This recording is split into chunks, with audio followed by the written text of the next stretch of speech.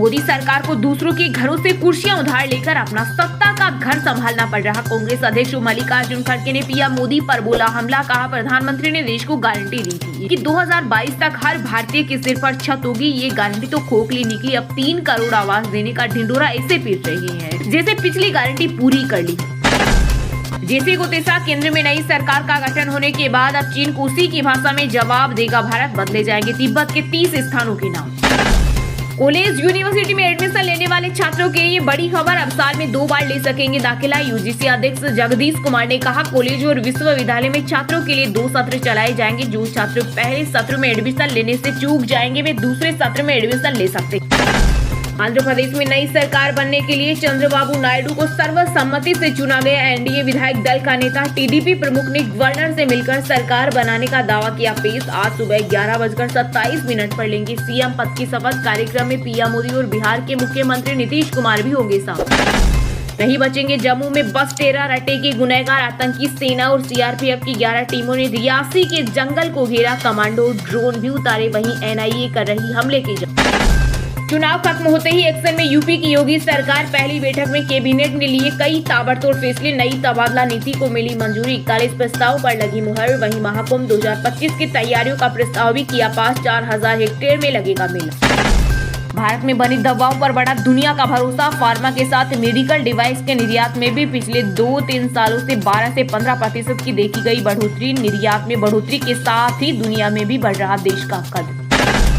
काम करे अहंकार। नेपाली नागपुर में संघ के कार्यकर्ता विकास समारोह में बोले आरएसएस चीफ मोहन भागवत। कहा चुनाव में मुकाबला जरूरी लेकिन यह झूठ पर आधारित न हो। संसद में विपक्ष को न माने विरोधी। वहीं संघ प्रमुख के बयान पर संजय रावत बोले मोहन भागवत के बोलने से क्या उन्हीं के आशीर्वाद से चल रही मोदी सरकार। विदेश मंत्री का पदभार संभालते ही जयशंकर ने चीन पाक को दी नसीहत। का सरकार का जोर चीन के साथ सीमा विवाद का समाधान निकालने पर है। वहीं जब तक पाकिस्तान आतंकवाद को भारत के खिलाफ इस्तेमाल करता है तब तक दोनों देशों के रिश्ते अच्छे नहीं हो सकते। सोना हुआ महंगा। चांदी हुई सस्ती। 10 ग्राम 24 कैरेट सोना 150 रुपए बढ़कर 71,840 रुपए पर पहुंच गया। वहीं 1 किलो चांदी 1200 रुपए घटकर 90,500 रुपए बिकी। कृषि मंत्री पद मिलने पर शिवराज सिंह चौहान की बड़ी प्रतिक्रिया। कहा किसानों का हर सपना पूरा करूं। नए अध्यक्ष की नियुक्ति तक जेपी नड्डा ही बने रहेंगे। भाजपा प्रमुख सूत्रों के मुताबिक बीजेपी के राष्ट्रीय अध्यक्ष का चुनाव सितंबर या अक्टूबर तक पूरा हो जाएगा। आर्टिकल 370 हटाया। राम मंदिर बनाया फिर भी क्यों घट गई बीजेपी की सीटें। नेशनल कॉन्फ्रेंस के उपाध्यक्ष उमर अब्दुल्ला ने मोदी सरकार पर कसा तंज। कहा वो गठबंधन का मजाक बनाती रही और आज बिना अलायंस के सरकार नहीं बना सकते। उन्होंने बीते 5 सालों में वो सब किया जो जनता चाहती थी फिर भी लोगों ने उनकी सीटें घटा दी।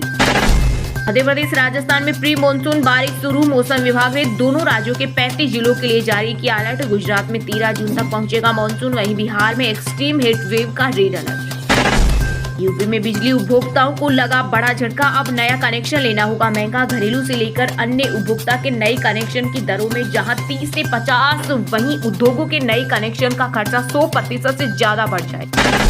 जम्मू कश्मीर के रियासी हमले का जसमदीद बोला खाई में गिरे इसलिए जिंदा है। बस रोड पर होती तो आतंकी सबको मार देते। चीखना बंद किया तब फायरिंग रुकी। वहीं सुरक्षा एजेंसियों का बड़ा दावा रियासी हमला देश में हिंसा भड़काने का षड्यंत्र। पाक की खुफिया एजेंसी ने चली शर्मनाक चाल।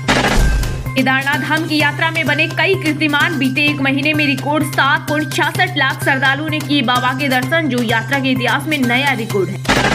मई महीने में पैसेंजर व्हीकल्स की सेल पिछले साल की समान अवधि के मुकाबले 4% बढ़ी। ये 3.47 लाख यूनिट रही। वहीं 2 व्हीलर्स 10% बढ़कर 16.20 लाख से ज्यादा बिके।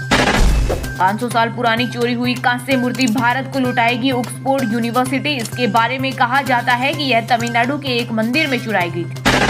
मोदी कैबिनेट गठन के बाद राज्यों को मिला पैसा। यूपी को सबसे ज्यादा 25,000 करोड़ टैक्स डिवोल्यूशन। बिहार के हिस्से में आए 14,000 करोड़। वहीं सबसे कम सिक्किम में 542 करोड़।